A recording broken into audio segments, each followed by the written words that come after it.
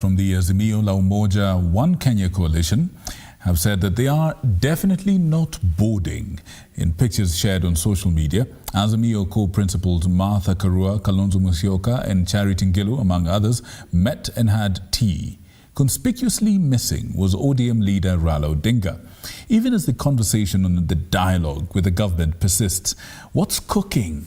George Maringa interrogates. A day after the Azimio PG meeting was disrupted by rowdy youth at the Jaramogi Oginga Odinga Foundation in Nairobi, a section of Azimio leaders met on Thursday in Nairobi. Conspicuously missing was ODM leader Raila Odinga.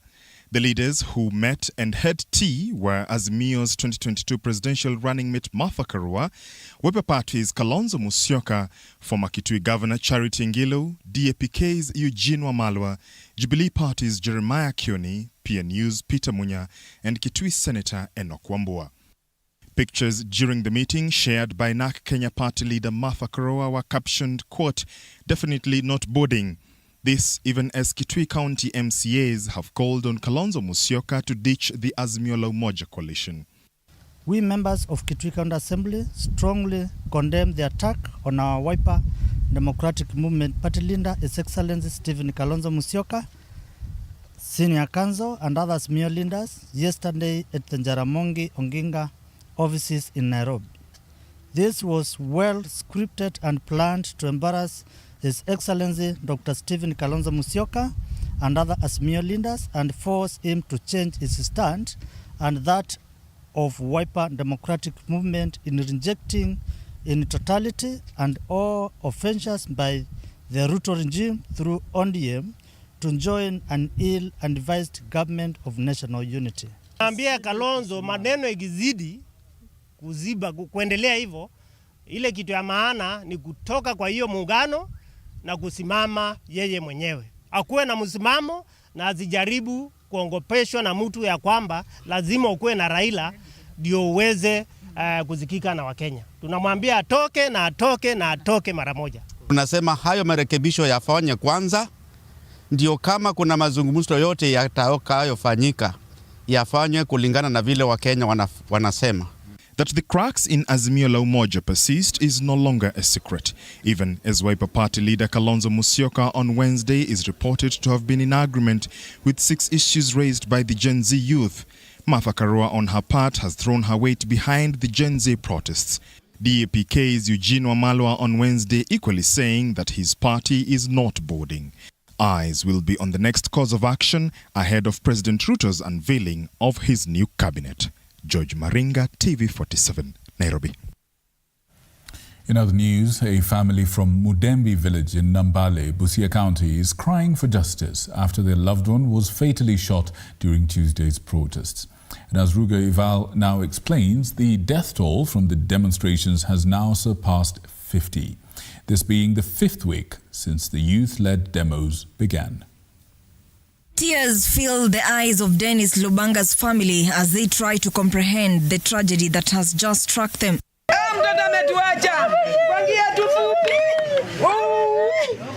Dennis Lubanga, aged 36, was fatally shot under mysterious circumstances during the protest. His family revealing he was simply going about his daily activities. Kushutiwa mtoto ndiye alinipigia simu, alikuwa anatoka Nakuru, akanipigia simu akaniambia mtoto yako mahali hako wamemshuti kama anatoka kasini. Emily Lubanga, his mother, laments that Dennis was their sole breadwinner since he left home 5 years ago to seek a better livelihood in Kibwezi, Makueni County. Sina mbele, sina nyuma, ama sisi wazazi wake hatuna mbele, hatuna nyuma.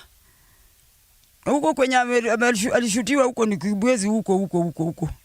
Currently, plans to repatriate Dennis Lubanga's body home have hit a snag as the family cannot afford the transportation cost. Now, the family members are pleading for the following. Hatuna vile tunaweza mleta kutoka huko mpaka huku na tukamsike. Tunaomba serikali tusaidie hata kupepa hiyo mwili kutuletea huku tupate vile tunaweza sika. This marks the 5th week since the youth-led protest began in Kenya, with over 40 lives lost and many people reported missing. The demonstrations aimed at holding the government accountable for its leadership led by President William Ruto. Serikali ingilie maneno, angalieni kwa nini yeye walishuti tu mtoto bila sababu. Iangalie mtoto alishutua na makosa gani, sababu nitegemeo langu haipoma. Ruga Ival, TV47. May the soul of Lubanga and all the others who've lost their lives in these protests rest in eternal peace, and we pray for peace and comfort for the families. In other news, yet again involving families, a family in Serengeti area of Magarini constituency in Kilifi County is distraught.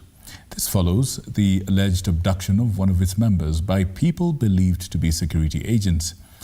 Businessman Karisa Mai was allegedly abducted at Arabuko area along the Kilifi-Malindi Road. This is early this week by people who appear to be hooded and who the family allege are security agents. They now want their kin back, saying he should be or rather could be in danger following the recent visits by unknown people to his home in Serengeti. Take a look. Akanambia mtoto ameingia darasani, lakini mimi sahi ndo naanza kutoka safari yangu. A family in distress. Their son, Karisa May, was abducted on Monday by unknown people. According to witnesses, a vehicle blocked their way on the Kilifi-Malindi Road, where he was taken and has since been held incommunicado. His wife on the verge of crying just wants her whole family together again. Mimi nilipofika saa 11 nikaanza kumpigia simu na nikamkosa. Kwa hivyo naomba haki itendeke. Huyo ni mume wangu na niko na watoto na wanataka kusoma. Karisa's brother Hassan Mai says the abduction could have taken place to prevent him from appearing in court for the hearing of a robbery with violence case, which has been dragging because his accusers have been missing in action. Mae, yeye si jambazi, hajawahi, ameishi vizuri. Kama kuna record zozote za kuishi kwa chifu, kwa sub chief, kwa mzee wa mtaa, mngepata habari yote. Hakuna shida yote yenye ameishi na Mae. Sasa hii wamemwekea kesi yenye haeleweki imetokea wapi. Karisa's mother, Chigenda Karisa, says her son has done nothing wrong and should be produced alive and unharmed. Mtoto wangu ametekwa nyara na sijui ni wakina nani. Mimi naomba mtoto wangu na uchungu kubwa sana. A 41-year-old Karisa Mai has not been heard from since his abduction, with efforts to get him back proving futile. Vera Alberta, TV47. Tonight, new details have emerged on President William Ruto's much-anticipated cabinet. Close confidants of the president have told TV47 that the president is likely to unveil his broad-based cabinet by Sunday this week, heightening speculation on whether a section of the fired cabinet secretaries will be reinstated. Apollo Kamau reports on a topic that has divided lawyers and Kenyans in equal measure. President William Ruto is said to be consulting widely on the choice of his second cabinet ahead of Sunday this week, with his close allies saying the latest the president can name his cabinet is Sunday this week. This amid behind-the-scene lobbying and consultations, including with Azimio leader Raila Odinga, in the anticipated broad-based government that has Kenyans on edge. Fed this constitution. The reinstatement of well-performing former cabinet secretaries, giving the president a tough time as he weighs on the legal and political implications. My expectation is he'll have to bring some back. My expectation is that he'll also face some backlash, whatever he does. I think leadership requires people who are responsive, but also have the ability to have a thick skin on occasion. If you expect to make everyone happy, you will never succeed. Top lawyers and sacked Cabinet Secretary Moses Kuria dug in on whether the former CSs have a lifeline after the entire cabinet was sacked last week. Lawyer Nelson Harvey said, "Well done again, Mr. President. The dismissal from office of the cabinet secretaries means that they are ineligible to hold any public office forever, appointive or elective." Lawyer Haben Nasir Abdullahi, in supporting Harvey, posted reappointing any dismissed CS will engulf President Ruto in a fresh political crisis and constitutional dilemma. Former Cabinet Secretary Moses Kuria fired back, saying they were not impeached to warrant a disciplinary action, but a class action. During times like this, it's like sort of shock therapy. You are telling people you understand there is a problem. And that shake-up is part of sorting out that problem. And in our situation today, returning one or two people is synonymous with returning all of them. So it's like it erases all the good. Apul Kamau, TV47. Well, we shall keep you absolutely posted on anything and indeed everything that happens in regards to a new cabinet announcement right here from the home of Untold Stories, TV47. In other news, the National Police Service has faced intense criticism recently, particularly in its handling of the Gen Z protests. Critics argue that the police force is regressing to its past reputation as a feared entity that disregards human rights when dealing with civilians. Moiga William now alerts us to an alarm being raised for a comprehensive cleanup of the country's policing institutions, warning of potential deterioration if immediate action is not taken to address this situation. And this shall be the subject of the discussion later on. But first, Moiga William tells us more. The Gen Z protest, which have brought businesses in more than 25 counties to a standstill for weeks, have exposed a dark side within the National Police Service. Critics warn that if the issues are not addressed, they could become a ticking time bomb. According to the Kenya National Human Rights, more than 40 people have lost their lives during the now 4 weeks anti-government protest, with police using excess force to deal with protesters, where a number are reported to have succumbed to bullets fired by police. Enoch Makanga, security analyst who also served in the service for 33 years, raises fears over the recent conduct of his former colleagues. There are things that are very critical as far as policing is concerned. You can't just shoot somebody for the sake of shooting somebody. Human rights activists raising fears that the police service is not serving the people, as his mantra, Utumishi kwa wote, states. Our security apparatus have remained a tool of repression and are serving the interests of the regime in power. Abductions and unlawful detentions have become alarmingly common, reportedly carried out by individuals purportedly from the Directorate of Criminal Investigations. The latest incident involves veteran journalist Macharia Gaido, who was abducted while seeking safety within the precincts of our police stations. The type of arrests we are seeing are unprofessional, unethical. Ironically, such shocking and traumatizing events are unfolding during the leadership of President William Ruto, who has previously asserted that such occurrence will not happen under his watch. This raises questions about what changed or under whose authority, more powerful than the head of states, these events are happening. Such intolerable violations as abductions, torture, disappearance, and murder, there is now consensus that a new policing paradigm is at hand. The Mohammed Amin-led Directorate of Criminal Investigations under the National Police Service has faced criticism regarding the shocking events at Kware in Mukuru kwa Ruben, Nairobi. Dismembered bodies were retrieved, prompting scrutiny of the investigative body's handling of the matter. Currently, 3 suspects connected to the heinous case are in custody as investigations progress. Things that police are doing, sometimes they are not adding up. According to the Kenya National Police Service, they are a service to all. But if the recent conduct is anything to go by, Kenyans are of a different opinion, calling for a thorough cleanup, in fear that the National Police Service has gone back to its old ways of being a police force. Moiga William, TV47, Nairobi. Once again, that's going to be part of the discussion we're going to have, and I call upon you to participate by sending in your questions and your comments through the SMS line and the WhatsApp number on your screen, as well as those who are active on X. My handle is @Muyakane. Let me know what you think, and we shall tackle it. In other news, it's a win for the Kenyan intern doctors after the government on Wednesday agreed to post them immediately. The deal ending a stalemate that has adversely affected the health sector. And this deal was reached following successful talks between the Kenya Medical Practitioners, Pharmacists and Dentists Union and the Ministry of Health. Elizabeth Atieno, our health reporter, now brings us this coverage. 1,210 medical interns who have been on the streets anxiously waiting to get posted to different health facilities have every reason to smile after the Ministry of Health and the Kenya Medical Practitioners, Pharmacist and Dentist Union, KMPDU, on Wednesday signed a return-to-work formula indicating the intern doctors shall commence their 12-month internship from the 1st of August 2024. I must say that for the last 3 days, this matter has been handled with a different approach, in the sense that some of the things that we had asked them to do earlier, even during strike, that were not done, we've come to agree upon. And this particularly regards a temporary relief that will see all the intern doctors report to their duties by tomorrow, from 1st of August.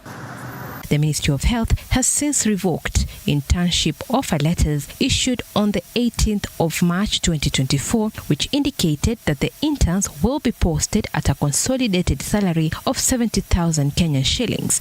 And although the medics signed the return-to-work formula, the issue of remuneration awaits the final determination of the Eldoret Employment and Labor Relations Court, slated for the 26th of September 2024. The government saying all arrears accrued before and after the determination shall be paid within 90 days. The medical interns are demanding that they get paid 206,000 Kenya shillings per month as per the 2017 CBA, whereas the government through former Health CS Susan Akumicha maintained that it lacked the funds to meet the demands, which led to the 56 days of protest by KMPDU, which ended on the 8th of May 2024. Before the dissolution of the cabinet, immediate former Health CS Susan Akumicha had said the ministry was only able to post at least 552 interns due to budget cuts following the withdrawal of the 2024 finance bill. According to Health Principal Secretary Meru, who chaired the discussions, the terms of engagements for the intern doctors will follow the conditions set out in their internship placement letters. On its part, KMPDU has expressed its confidence on the establishment of the Presidential Task Force on Addressing Human Resources for Health, instituted on the 5th of July 2024, saying the task force, which includes KMPDU members, will help address issues related to human resources for health and internship and provide the necessary recommendations. Elizabeth Atieno, TV47. In other news, despite different avenues employed to end the political feud and bring peace to Meru County, the ward representatives and Meru Governor Kawira Mwangaza have yet to bury their differences after yet another motion was tabled on Wednesday to impeach the governor. John Javakania reports. The political tension between Meru County Assembly and the governor of Meru has left the residents of the county at a crossroads because despite the intervention of the president and his deputy, the puzzle has not been solved. These as 51 ward representatives out of 69 have signed the motion to remove the governor of Meru Kawira Mwangaza from office after the motion was presented yesterday by the majority deputy Zipporah Kenya. The other day, the EACC mentioned that they have 51 corruption cases for Meru County. So I urge the EACC and other bodies to come urgently investigate. And if they didn't, this are enough. Governor Kawira Mwangaza will just be behind bars. This happened during the period when Jorin Cheke Council of Elders was in the process of bringing peace in Meru County, a task that came from the president. Hatujakuwa tukipata milandi kama vijana hapa kaunti ya Meru. Kwa maana governor afanye kazi na vijana. Juzi tu wale viongozi walipotaka kufanya budget yenye ni itemized na wapeleke allocation kubwa pale 45 million. Kawira Mwangaza alikataa, maana anataka apewe blank check enye ataenda tu akiharibu pesa mingi nayo. The ward representatives seeking Governor Mwangaza removal from office have leveled 2 counts of accusation against the governor. These are an alleged gross violation of the Constitution, an alleged gross violation of various national and county laws, and an alleged abuse of office. Hii mswada imekuja hapa, imekuja juu ya kura ya 2027. Kuna watu bando hawajakubali governor ni mama, na kuna watu bando wanataka governor atoke na through impeachment ndiye asiweze kusimama kiti 2027. Ni kweli tumekuwa na embarrassment, lakini sisi wenye wanasupport wa governor tumejiondoa kabisa kwa hiyo maneno na hatutakubali hiyo maneno iweze kuendelea. If the ward representatives succeed in voting to send the Governor Kawira home, it will be the third time the governor finds herself in the crossroads of ward representatives, while in the first two attempts it has snagged after being saved by the Senate after tabling the motion. The MCAs are expecting to conduct public participation before Governor tables a response. John Javakiania, TV47. Now, ladies and gentlemen, we did tell you that later on we're going to be having a conversation that talks about the way forward, where we are, how we got here, and what is the way forward concerning the country, especially in matters security and governance, as well as the policy behind it that actually guides and leads these processes. And with us we have Dr. Kamau Wairuri, who is an expert and a researcher in these matters. Karibu, Daktari. Thanks for having me. You've been away from us for quite a while. Perhaps you might want to remind Kenyans of what it is that you went to capture wherever it is that you went. Thanks so much. So I have been in the political scene for a while in the country. I research on political matters, especially on issues to do with the police. And I completed my PhD in the year 2022 looking at the issues of policing in the country, especially the journey for police reform.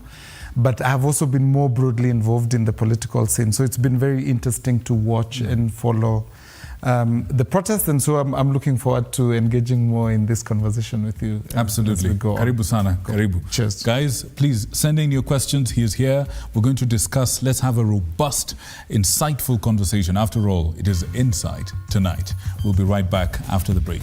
He's not going anywhere, and neither should you.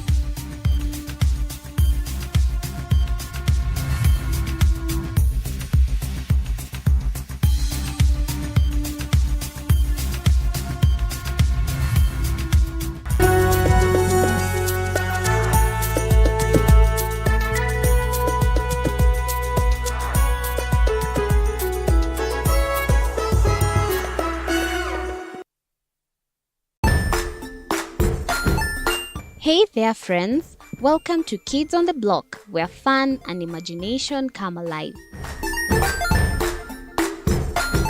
We dive into magical world filled with exciting adventures and awesome friends. What position were you in? I was number 2. What position were you? Number 1.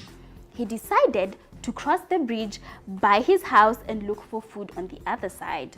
We're going to do half cup of chocolate chips, and the other one, we're going to do half cup of the blueberries. So, grab your imagination hats and get ready to explore with us. Join us every Saturday at 9 a.m. for new friends, amazing stories, and tons of laughter.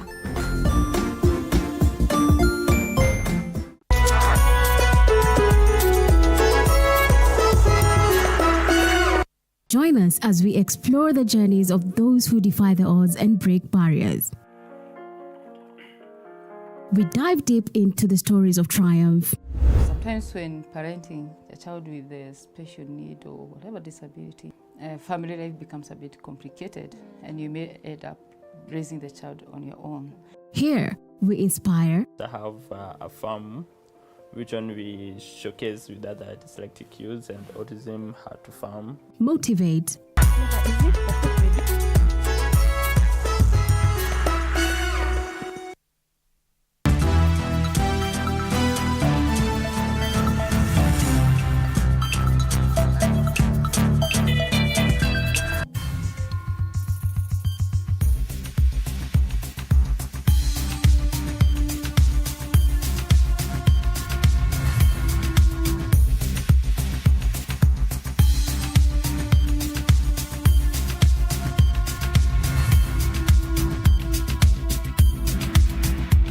Right, good evening and welcome to the discussion on Insight tonight.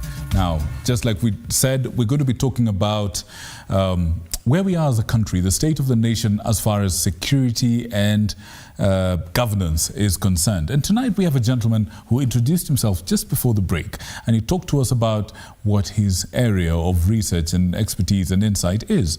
Karibu sana. Thanks, Victor. Right off the bat, you've seen the story that we aired before. You've seen what people have been talking about online and in the streets and in the different social spots. What's your assessment of where we are when it comes to matters security? Yeah, so I think it's a very dicey situation, to be honest, because the challenge of dealing with the kind of situation we're in right now is that there has to be a balance between the requirement on the government to protect people and to protect property, while at the same time protecting people's rights to protest and to express themselves. And what we are seeing now is a scenario where the approach to the policing of the protest seems to not have changed, even after the promulgation of the new constitution. And I think when the police are faced with such a formidable force against them, the chances that they revert back to the default are very high. And we are seeing this actually happening at the moment. I think the changes in the police leadership should have been an opportunity to invigorate the response and maybe for the police to actually reconsider their approach. What we saw instead is a scenario where they are trying to claw back on the protections that Kenyans have, in Article 37 of the Constitution, which obviously the courts have said, that's not going to fly. So they have to go back to the drawing board. And I think there are options about how this can be managed better. And so we hope, in the substantial, not just, the recruitment of the IG, but also in the thinking about how to shape this going forward. How do we bring, a balance between these Article 37 protections alongside ensuring that people's lives and, people's businesses and property are, also protected, right? And I think watching the Senate session, the first session after the protest of the 25th of June, one could see that there was a recognition by the government, because I remember Senator Aaron Cheruiyot really made a very strong case for this, that it's time for us now to actually think about what a protest is and how it should be policed, rather than obviously always assuming that protesters are, rioters or that they are criminals, Right. Yeah. But now that we're on the subject, how do you police a protest? Picture our brothers and sisters in the police force looking in one direction and seeing a mob of people, 800 people, 1,000 people coming down the street this way, and another 1,000 people coming down the street the other way, and yet another 1,000 people behind them and 1,000 before them. Yeah. Talk to us about how do you, as a police officer, managing these riots, the protests, how do you actually police such?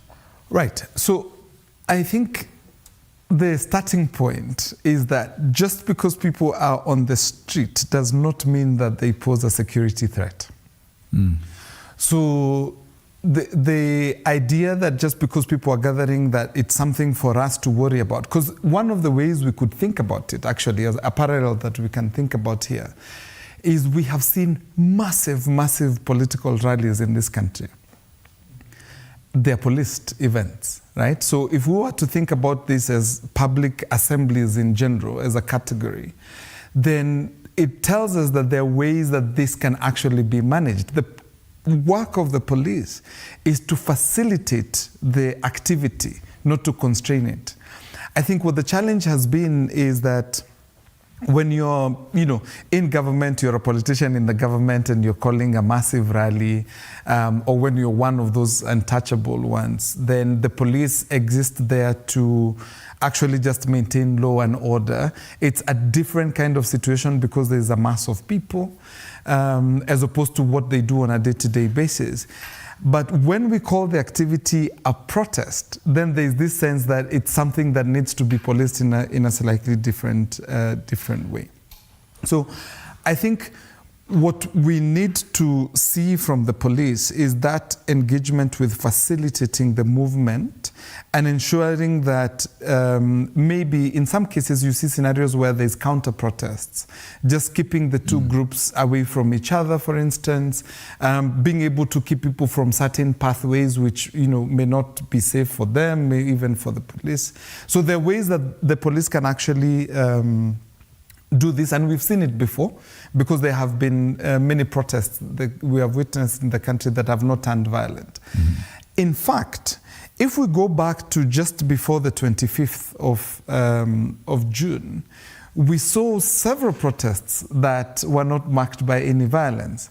And it is interesting that in my study, when I was doing my PhD research, some of the things that people who've participated in the protests would tell me is, it was peaceful until the police arrived, right? So I think there's also that sense that while we often see the protesters or imagine the protesters as a source of insecurity, sometimes it is the police who are actually the source of the insecurity. Now, there are, approaches that have been tried elsewhere and actually have been experimented in Kenya on one of those Saba March for Our Lives, organized by the Coalition of Social Justice Centers, where they worked with the police from a police station to agree on a route map for the protest and to actually have marshals coming from the social justice centers to kind of manage the way that the protest was being handled. And that went pretty well. However, the police are always nervous about protesters, right? So at some point, even that experiment did not work very well because at the end, the police, kind of disrupted it. But that means that even here locally, let alone what is happening abroad, we have tried some things that might actually give us a pathway on how we can address this. Right. I want you to clarify on a point you've made and perhaps give us a little bit more insight. And as we do that, please, my producer, could you be so kind as to put the WhatsApp number on the screen? I want the people to send in their questions. Now,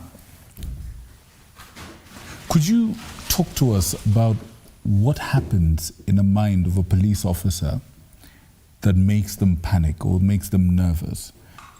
You did say that in a lot of those cases, it's when the police show up or show up in force that things go south, as it were.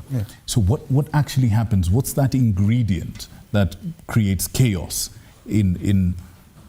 or triggers that kind of, triggers the rungus to fly, so to speak?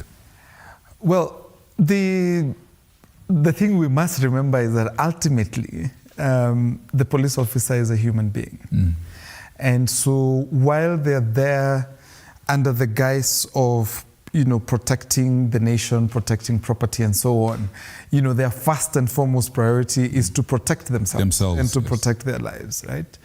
I've seen police officers raise a lot of concerns about, flying objects. When people are throwing stones at police officers, the injuries can be quite significant. But of course, you cannot compare the impact of a stone to, the impact of a bullet. Of a bullet, right? Yeah. But that's one of the things. I think some of the things that I've seen in some research I have looked at, unfortunately, some of this is stuff that we as outsiders, as scholars, do not really get access to, but ex-police officers who have become researchers are able to access some information that we may not be able to get.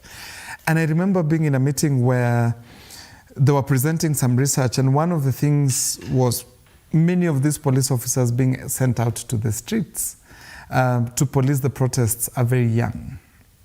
So they may not have the experience of how to de-escalate a situation. And so they are nervous about, being in a major public assembly. I think legacy also matters a lot, right? All of us, even, you and I, if you're going to a protest, we will go into a protest a little bit nervous because of what we have seen happen in the country before. So it's not surprising that the police will most often come ready for the confrontation rather than for de-escalation. And of course, if you're coming for for conflict, then you can expect that there will be a response from the other side, which kind of increases the risk and compounds that scenario. So there's sometimes in the protests we've seen in the past, less so what we are seeing now, is a scenario where there's almost a game that is being played between the protesters and the police, and the idea is that who can dominate the other quicker. Right?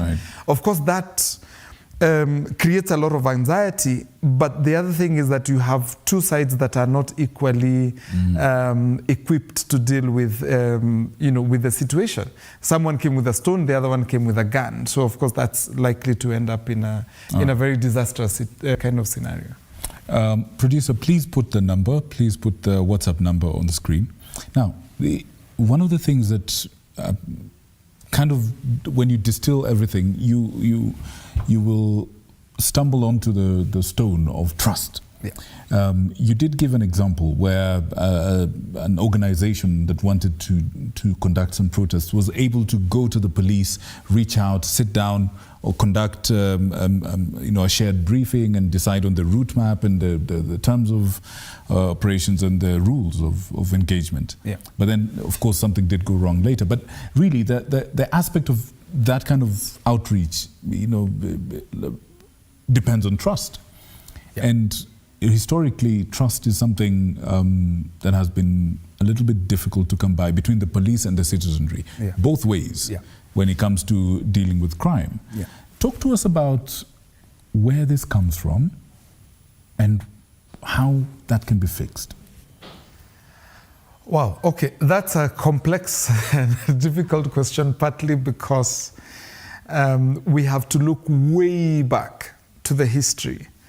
As briefly as you can. Of the police, and you see from the very setup, during the colonial times, the work of the police was not to work with the citizens. The job of the police was to protect the regime. And what we have seen happen in all the regimes that have been in Kenya is that the police tend to prioritize the interest of the regime. So in fact, one of the reasons, to add to the previous questions, one of the reasons is that protests that are seen as challenging the regime of the day tend to be policed more brutally than other protests. We've seen protests that are pro-regime tend to not attract as much violence. So there's a fundamental orientation of the police towards protecting the regime. Now, protecting the paymasters. Exactly. Well, even though you could argue the paymaster is actually the citizen who they are supposed to actually protect and focus on the most. Now, the thing about protecting the regime is that there's an opportunity cost. It comes at the expense of something else, which means that you are not then protecting the citizen. So the reason why there's a low level of trust, on the citizen sides to the police, is this belief, and actually there's a lot of evidence that they are focusing on protecting the regime rather than the citizens. And two, that they actually underprotect the citizens, right? So even where the citizens are in need of police support, the police do not always show up on time, if at all, right? Which means that the citizens, it's not unusual that the citizens will distrust the police. But the police, on the other hand, look at the citizens as, all of us, they see us as potential criminals. The idea that whether you've done something wrong or not, at some point there is something that, you are likely to do. So that level of distrust is very difficult to bridge. Without, now to answer the question of how this can be fixed, without a proper orientation towards community policing, that actually prioritizes the protection of the people and the preservation of human rights, there is no way we can actually address this, because it's a scenario where something has to change on the side of the police for the citizenry to trust them more, and then to be able to work with them in more collaborative manners, to produce better security outcomes for the country. Right. Something you said reminds me of something you wrote much earlier, and it's, I think, can be crystallized in a statement that sounds quite catchy, that there are parts of Kenya that are underprotected and over-policed, or certain populations in Kenya that are underprotected and over-policed. Yeah. Talk to us about that dynamic, and how do we then restore that or fix that? So this happens a lot, not just in Kenya, it's around the world. One of the biggest problems of policing is that when they're dealing with marginalized groups, they tend to over-police them, which means that these groups are, targeted and victimized disproportionately by the police. We saw this recently when we were having a spate of terrorist attacks, and one community was targeted to searches, exactly, questioning and so on. Exactly. And if you've looked at the statistics, for instance, on extrajudicial killings in the country, the population that is overrepresented there is young men, but especially poor young men. So young men from the slums, will be very high in the count there. So the marginalized groups will tend to be over-policed. So they are, targeted and victimized at a disproportionate rate. Now, what then happens is, on the counter side, is that they are also not protected by the police. They're not offered police protection, even where they're being victimized, right? So for instance, young people, again, young men in the slums, it's very unusual for them to go to the police to report, even when they are victims of a crime, because one, they will not be thought of as innocent, they may not be believed for the claims that they are making, and actually they may then become suspected of being criminals and end up then being locked up, right? Now you can see this in, as we said, in the recent conversation about terrorism, you can see this also happening with protesters. If we think about protesters as one group of the society, it is also one that is over-policed and underprotected. So the police will use as much force, excessive force. But at the same time, they're not protecting the citizens or even bystanders. So this is how we end up with scenarios where we have babies or children being shot or being clobbered to death, like we've seen before, like baby Pendo, or even bystanders actually getting attacked by the police, as well. So that's the kind of counterbalance that, you're over-policed on the one hand and you are underprotected. And yet the job of the police is actually to protect the citizens. But doesn't this then create a situation, and we've seen this throughout our history and even currently, where now citizens take matters into their own hands. We're seeing a rise in vigilantism. Talk to us about how dangerous that is, and really, how do you then restore that trust in the institutions? So, in fact, the question of vigilantism, we have to see two sides to it. Okay. One side, which is where the citizens take matters into their own hands and decide to provide security. We've seen this unfold before, either because the groups emerged organically or whether they were inspired by, sponsorship by, politicians. In the 90s, there was the Jeshi la Mzee. I wasn't old enough to see it, but I've read about it. Jeshi la Mzee. And then, of course, you come just then you see the Mungiki and all that. Exactly. Yeah. But, and that, if you remember... Subiji and so Baghdad, I know those kind of things, right? Yes. Pulling back from that is very difficult. And in fact, what we saw happening in the wake of, dealing with Mungiki was quite a lot of state brutality, which is a scenario we shouldn't really go to or even look forward to. And that's something that worried me a lot when I saw this week some politicians were arming some, young people to counter the protesters. But there's a less often talked about side of vigilantism, which is police vigilantism, right? Which is where certain police officers kind of take this very hard stance approach to law enforcement and justify their actions by saying, look, the courts are not working. So if we get these criminals and take them to the courts, we don't really get the justice outcomes we are hoping for. Of course, they don't tell you often that it's because the investigations may not have been done very well. Right. And so you end up with a scenario where the police officers, kind of become the judge, the jury, and the executioner, right? We've seen the cases of Heziwa Kayole. So quite a number of those, right? Yeah. And they also tend to become very popular because in a context now going back to where we had come from, in a context where people are over-policed and under-protected, when they see a policeman who is, promising to deliver on the justice outcomes, security and justice outcomes, in a quick and rapid manner, then these people become, almost celebrity-like, heroes. Right? Heroes. And I think this is really tragic to think about as a way of governing a society or even policing a society.